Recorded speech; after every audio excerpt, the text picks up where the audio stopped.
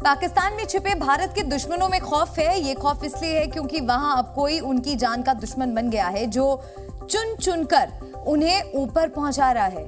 इसी खौफ से दाऊद इब्राहिम से लेकर हाफिज सईद तक अंडरग्राउंड हो गए हैं। डर ये है कि जो घर से बाहर निकलेगा मारा जाएगा। पाकिस्तान में पिछले कुछ महीनों में एक एक करके लगातार आतंकी मारे जा रहे हैं। इनमें से कई ऐसे आतंकी हैं जो भारत में मोस्ट वांटेड हैं और पाकिस्तान में लंबे समय से रह कर के भारत के खिलाफ आतंकी साजिशें छेड़े हुए हैं। इनमें से कई आतंकी हैं जो जम्मू कश्मीर में सुरक्षा बलों पर हमले से लेकर के कश्मीर के युवकों को आतंकी संगठनों में भर्ती कर रहे हैं। पाकिस्तान में इन आतंकियों का मारा जाना हमारे लिए अच्छा है, लेकिन सबसे बड़ा सवाल ये है कि आखिर पाकिस्तान में इन आतंकियों को मार कौन रहा है।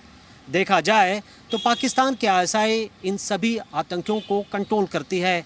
इन आतंकियों को भारत के खिलाफ हमले का टास्क दिया जाता है और जो आतंकी ऐसे बड़े हमले करने में नाकाम हो जाते हैं उनसे आईएसआई नाराज़ होती है और फिर उनको एक मैसेज दिया जाता है और मैसेज ये होता है कि जो आतंकी आईएसआई के नहीं सुनते हैं उन्हें क्रिमिनल के ज़रिए पाकिस्तान में मरवाया जाता है और ऐसे में सभी आतंकी डर जाते हैं और उसके बाद आईएसआई जैसा निर्देश देती है उन्हें वैसा ही करना होता है।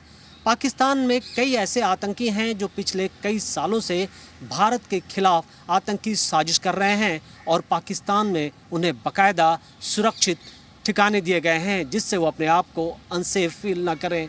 पाकिस्तान के अंदर इस वक्त इस तरीके से आतंकी डरे हुए हैं कि चाहे दाऊद इब्राहिम की बात की जाए, हाफिज सईद की बात करें या सैयद सलाउद्दीन जैसे आतंकी हों, वो सभी ने अपने आप को पाकिस्तान के अंदर सुरक्षित ठिकानों में शरण ले रखी हुई है।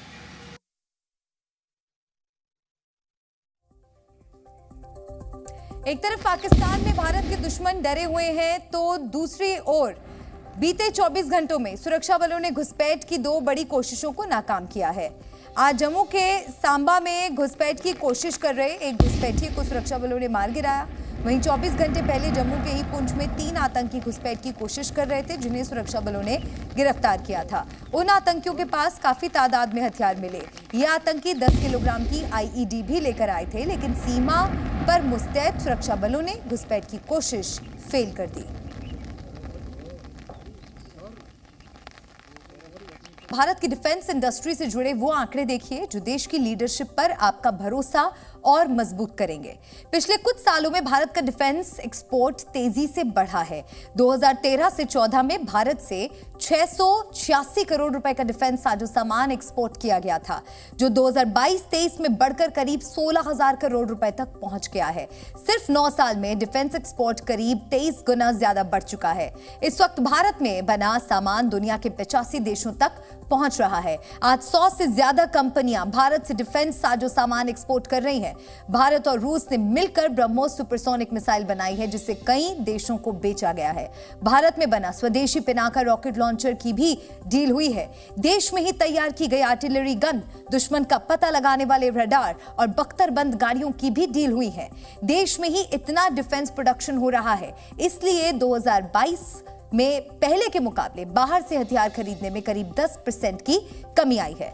दुनिया को भारत का एक्सपोर्ट बढ़ना देश के लिए गर्व की खबर है, पर इस वक्त भी भारत विदेशों से हथियार खरीदने की लिस्ट में पहले नंबर पर है और ऐसी लिस्ट में पहले नंबर की सीट से हटना भारत की असली कामयाबी मानी जाएगी। आज हिंद महासागर से चीन और पाकिस्तान को टेंशन देने वाली खबर आई है। भारतीय वायुसेना के 4 रफाल विमानों ने, आपको बता दें, एक मिशन को सफलतापूर्वक अंजाम दिया है। एयरफोर्स ने अपनी शक्ति का प्रदर्शन एक ऐसे इलाके में किया जिसके बारे में आज तक किसी ने सोचा भी नहीं था। रफाल के इस सीक्रेट मिशन के बारे में अब तक बहुत कम जानकारियां सामने आई हैं। असल में इन फाइटर जेट्स ने नॉनस्टॉप 6 घंटे तक उड़ान भरी, हवा में ही दुश्मनों को परास्त किया और हिंद महासागर में ऐसी लोकेशन पर हमला किया जिसे सुनकर दुश्मनों में रफाल का डर और बढ़ जाएगा।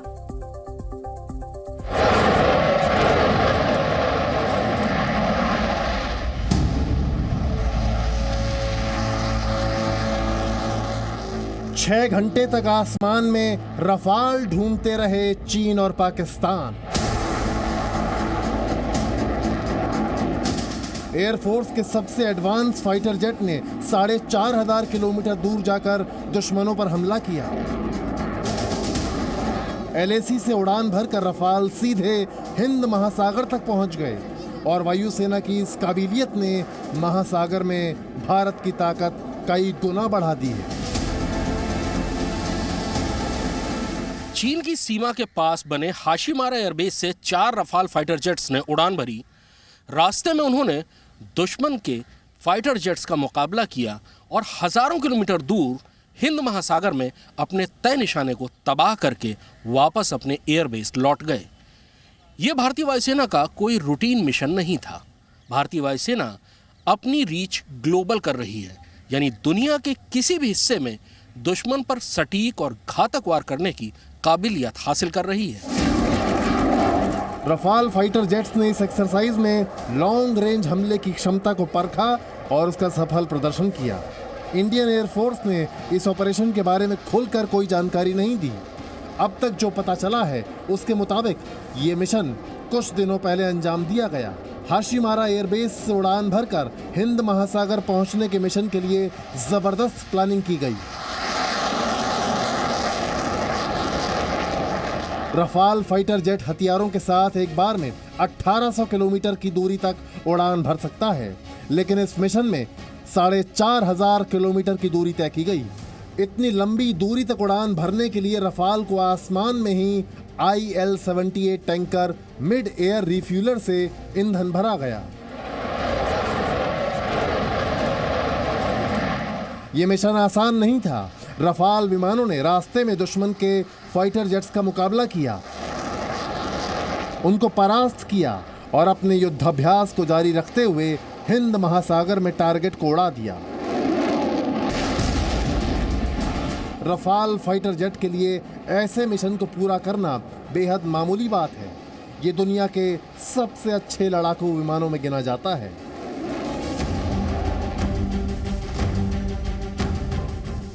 इसकी टॉप स्पीड 1900 किलोमीटर प्रति घंटे और 50,000 फीट से ज्यादा ऊंचाई पर उड़ान भर सकता है। यानी अगर रफाल अपनी टॉप स्पीड पर उड़ान भरे तो 4,500 किलोमीटर की दूरी 2 घंटे से कुछ ज्यादा वक्त में तय कर सकता है। एक बार में 14 हथियार ले जाने में सक्षम रफाल में 100 किलोमीटर दूर तक हवा से हवा मार करने वाली MICA मिसाइल और 200 किलोमीटर दूरी तक अटैक करने वाली मेटियोर मिसाइल लगाई जा सकती है।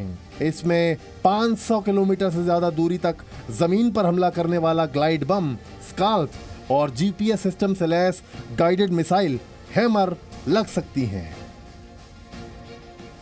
रफाल को भारतीय वायुसेना में 2020 में शामिल किया गया।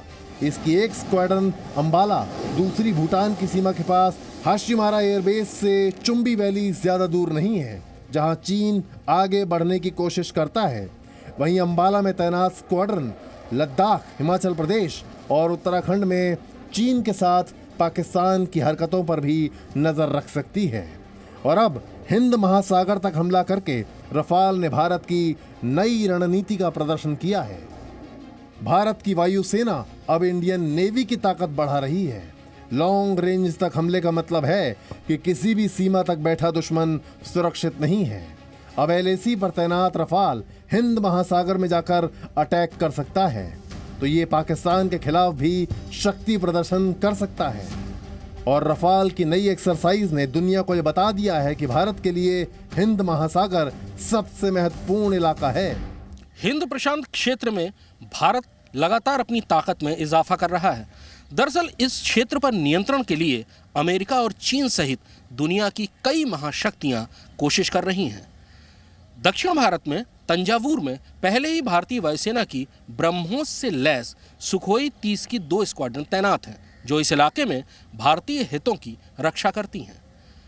हिंद प्रशांत क्षेत्र में अपना प्रभाव जमाने के लिए भारतीय नौसेना और भारतीय वायुसेना लगातार कोशिश कर रही है। कृष्ण मोहन मिश्रा, जी मीडिया, दिल्ली। भारत के विरोधियों को झटका देने वाली खबर के बाद अब पीएम मोदी का वो फैसला देखिए जिसकी वजह से पाकिस्तान, चीन एक ही झटके में चित हो गए। भारत इस साल शंघाई कोऑपरेशन ऑर्गेनाइजेशन यानी एससीओ की अध्यक्षता कर रहा है। 4 जुलाई को दिल्ली में एससीओ के राष्ट्राध्यक्षों की बैठक होनी है, पर अब भारत ने इसे वर्चुअल कराने का फैसला किया है और इस फैसले से भारत ने बड़ी कूटनीतिक जीत हासिल की है।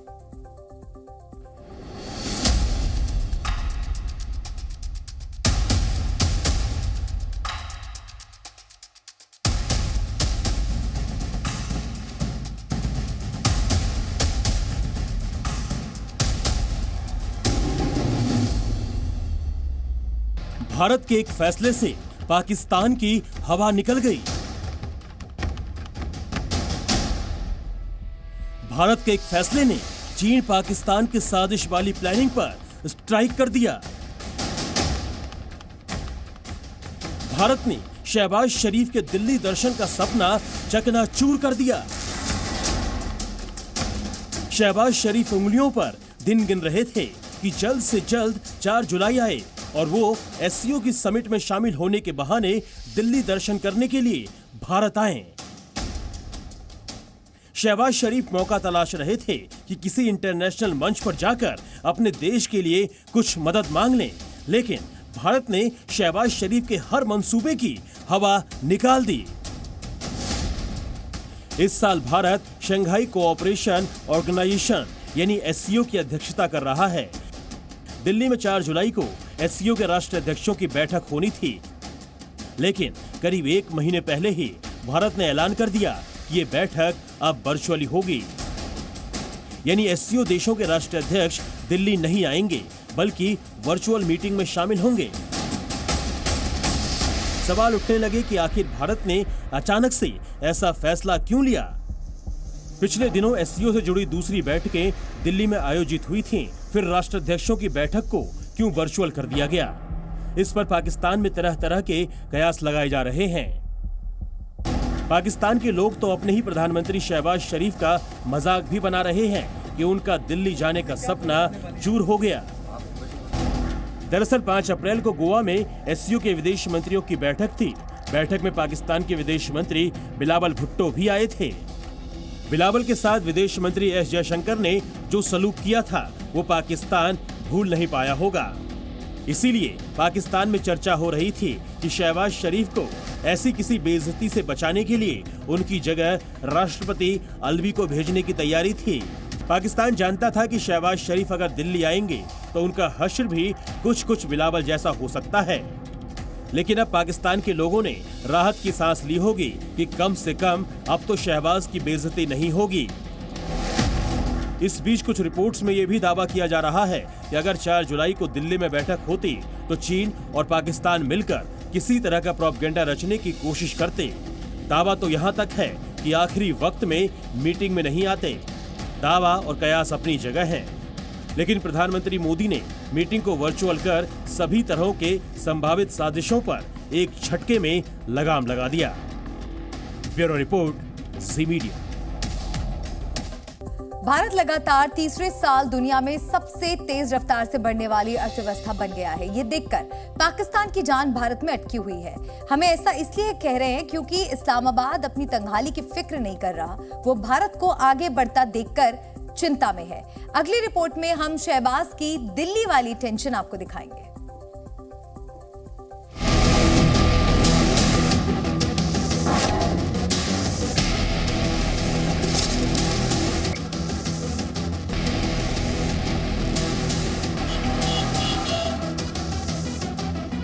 पाकिस्तान खुद दिवालिया हो गया है, पर अभी भी उसे हिंदुस्तान की फिक्र है। इस्लामाबाद आगे बढ़ने के बदले रिवर्स गियर में चल रहा है, पर पाकिस्तानी अब भी दिल्ली पर नजरें गड़ाए बैठे हैं।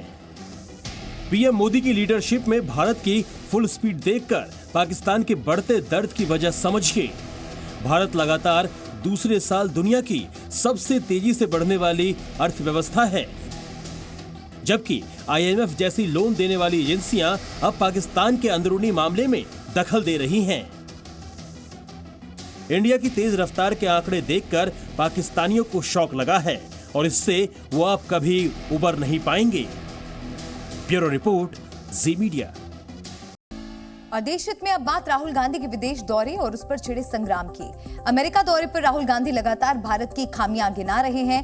राहुल को भारत का लोकतंत्र खतरे में नजर आ रहा है और विकास के मामले में देश पिछड़ता हुआ भी दिख रहा है। इसके साथ ही वो नफरत के बाजार और मोहब्बत की दुकान का भी खूब प्रचार कर रहे हैं। राहुल के इसी प्रचार पर बीजेपी ने करारा प्रहार किया है।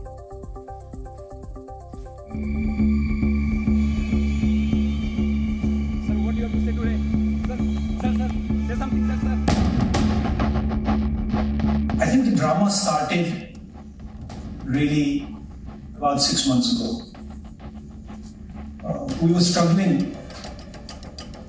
The entire opposition is struggling in India. Huge financial dominance, institutional capture. We were struggling to fight the democratic fight in our country. And we decided none of the systems were working. विदेश में राहुल गांधी ने देश पर हमले का दूसरा chapter शुरू किया। पहले दिन राहुल ने प्रधानमंत्री पर अटैक किया तो दूसरे दिन सीधे डेमोक्रेसी पर कैलिफोर्निया की स्टैनफोर्ड यूनिवर्सिटी में भारतीय छात्रों से संवाद के दौरान राहुल गांधी का लोकसभा की सदस्यता रद्द होने का दर्द भी छलका। राहुल गांधी के हर एक आरोप और तकलीफ पर बीजेपी ने भी तंज कसा। I don't think when I joined politics, 2004, I ever imagined what I see going on in our country. It was way outside anything that I had ever imagined. To be the first person to get a full criminal sentence on defamation, to get the maximum sentence, to be disqualified from parliament. I didn't imagine that something like this was possible. तो राहुल गांधी, क्या आपकी बात हिंदुस्तान में लोग नहीं सुनते हैं क्या कि आपको विदेश जाके भारत की आलोचना करनी पड़ती है?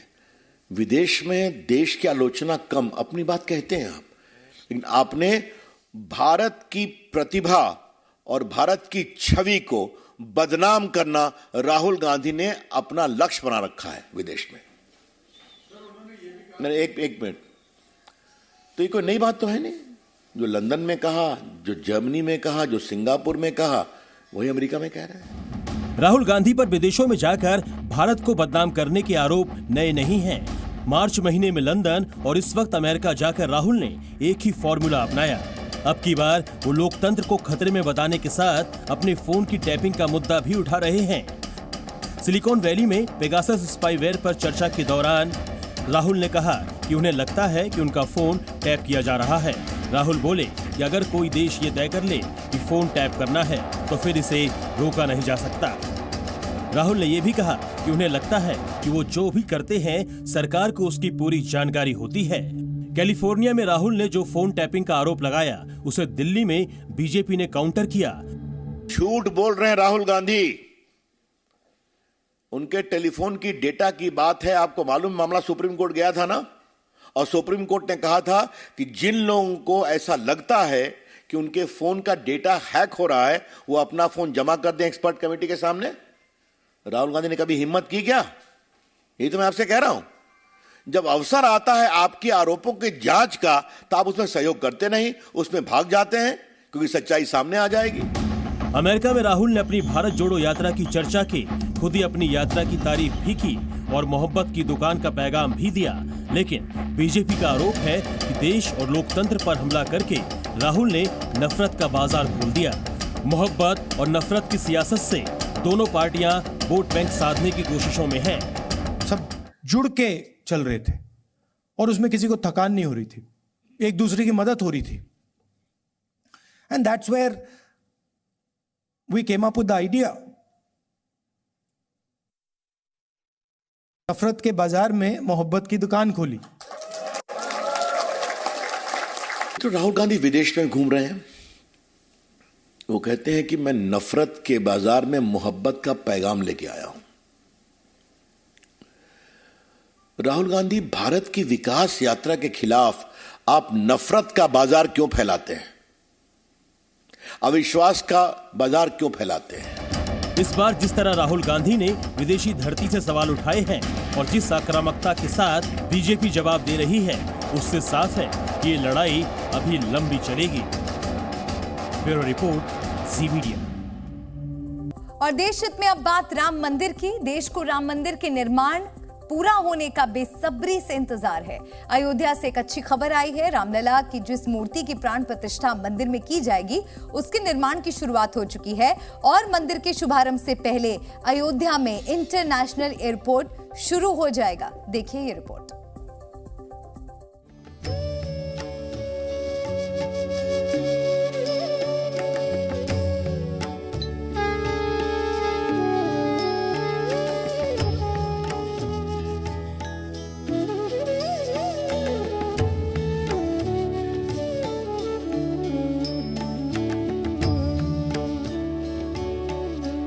अयोध्या में श्री राम मंदिर की प्राण प्रतिष्ठा के लिए प्रधानमंत्री नरेंद्र मोदी जाएंगे और जनवरी 2024 तक मंदिर को तैयार करने के लिए कामकाज तेजी से चल रहा है। भूतल के खंभों में मूर्तियां उकेरने का काम शुरू हो गया है। राम मंदिर ट्रस्ट के मुताबिक मंदिर का भूतल इसी साल बनकर तैयार हो जाएगा।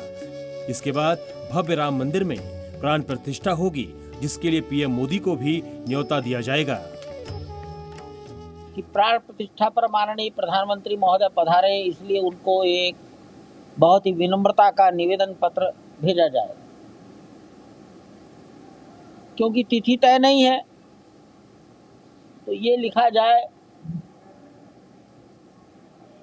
कि दिसंबर और 26 जनवरी के पहले या जनवरी, उसमें जो भी अनुकूलता होगी हम आपको बताएंगे, लेकिन आप अयोध्या पधारने की कृपा करें। अयोध्या में रामलला की मूर्ति बनाने का काम भी शुरू हो गया है। कर्नाटक के मूर्तिकार डॉक्टर गणेश भट्ट, जयपुर के सत्यनारायण पांडे और कर्नाटक के अरुण योगीराज 3 अलग-अलग पत्थरों पर मूर्ति बना रहे हैं। इन्हीं तीनों में से एक मूर्ति को मंदिर में स्थापित किया जाएगा। मंदिर निर्माण के साथ ही रामनगरी के विकास को रफ्तार देने का काम जोरों से चल रहा है। अयोध्या में श्री राम एयरपोर्ट से इसी साल सितंबर से हवाई सेवाएं शुरू होने की उम्मीद है।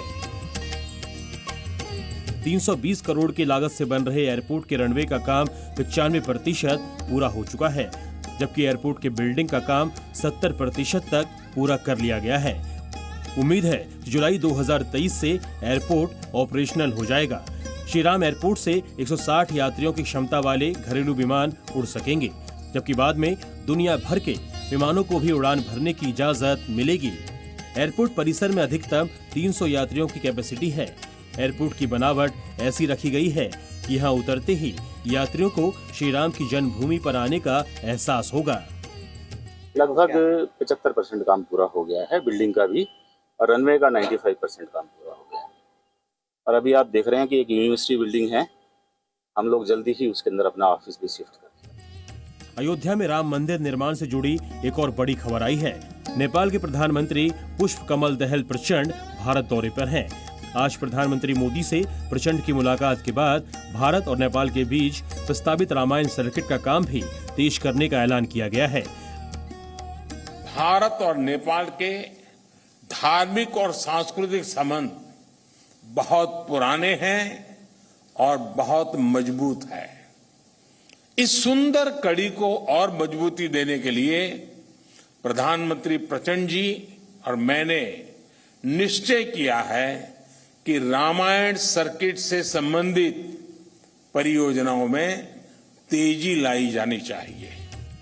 रामनगरी को दिव्य और भव्य तरीके से संवारा जा रहा है। त्रेता युग की झलक आधुनिकता के साथ पूरे संसार को दिखाई जाए, इसके लिए लगातार काम किया जा रहा है।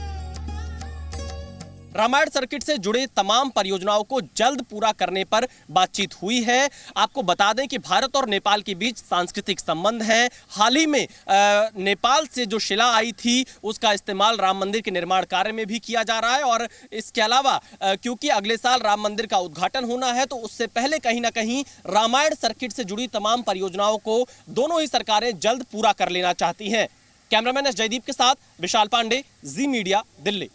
यूपी के बुलंदशहर के एक गांव में 4 मंदिरों में तोड़फोड़ के बाद से भारी तनाव है। मंदिरों की मूर्तियों को खंडित किए जाने की वजह से लोगों में गुस्सा है। मामले की जांच जारी है और प्रशासन ने तोड़फोड़ करने वालों पर एनएसए के तहत कार्रवाई करने का दावा किया है।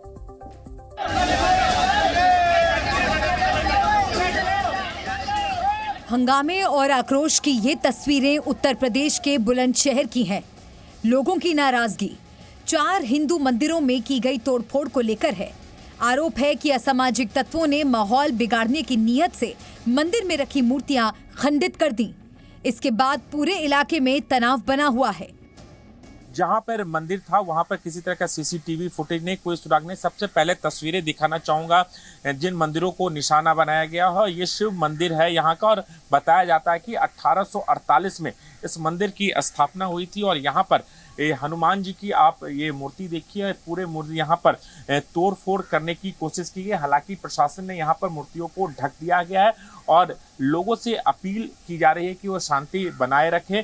और दूसरी तरफ ये भी तस्वीर दिखाना चाहूंगा, इस मंदिर में अंदर शिव मूर्ति है, शिव परिवार का यहाँ पर है शिवलिंग था और शिवलिंग को यहाँ पर किस तरीके से उखाड़ा गया यहाँ पे, उसके बाद यहाँ पर खेतों में फेंक दिया गया। चूंकि महज एक शरारत नहीं हो सकता क्योंकि सिर्फ एक मंदिर नहीं बल्कि यहाँ से 200 मीटर की दूरी पर शनि मंदिर भी है, वहां पर भी तोड़फोड़ की गई। इसके अलावा गोरखनाथ मंदिर है जिसे झाड़ बाबा मंदिर भी कहते हैं, वहां तोड़फोड़ की गई। देवी का मंदिर है, दुर्गा माता का मंदिर है, वहां तोड़फोड़ की। यानी एक साथ 4 मंदिरों में तोड़फोड़ की गई, मूर्तियों को तोड़ा गया, उसे फेंका गया। घटना की जानकारी मिलते ही पुलिस और प्रशासन मौके पर पहुंचा और माहौल शांत करने की कोशिश की। प्रशासन ने मंदिर में तोड़फोड़ की, तेजी से जांच का वादा किया है। साथ ही घटना में शामिल लोगों के खिलाफ एनएसए लगाने की भी तैयारी की जा रही है।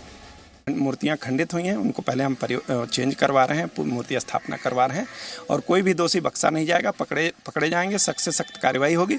और मैं एनएसए लगाने में भी चूकूंगा नहीं, तो इसलिए मेरा आपसे निवेदन है कि इसको सनसनीखेज ना बनाया जाए। घटना घटी है और उसको हम लोग अनावरण भी करेंगे और जो दोषी हैं पकड़े भी जाएंगे। प्रशासन की कोशिश इलाके में शांति बनाए रखना है, लिहाजा हर स्तर पर लोगों से बातचीत भी की जा रही है। अराजक तत्वों को जल्द से जल्द पकड़ा जा सके, इसके लिए गांव में लगे सीसीटीवी की फुटेज भी खंगाली जा रही है। इसकी जांच हर एंगल से की जा रही है। तकनीकी रूप से क्या क्या हमें एविडेंस मिल सकते हैं जिससे कि ऐसे लोगों ने जिसने किया है उस तक हम लोग पहुंच सकें, उस एंगल पर हमने काम शुरू कर दिया है। एफएसएल की टीम है वो अपना साइंटिफिक एविडेंस जो है वो कलेक्ट कर रही है। गाँव वालों ने बहुत अच्छा सहयोग किया और लगातार हमारी मदद कर रहे हैं। बुलंदशहर में तनाव ना बढ़े और पूरा मामला जल्द सुलझाया जाए, इसके लिए प्रशासन की टीम लगातार दावे कर रही है। मगर सबसे बड़ा सवाल यही है कि आखिर मंदिरों को निशाना बनाने के पीछे कोई दुश्मनी है या ये घटना किसी बड़ी साजिश का हिस्सा तो नहीं। बुलंदशहर से राजू राज के साथ ब्यूरो रिपोर्ट, जी मीडिया। जी न्यूज़।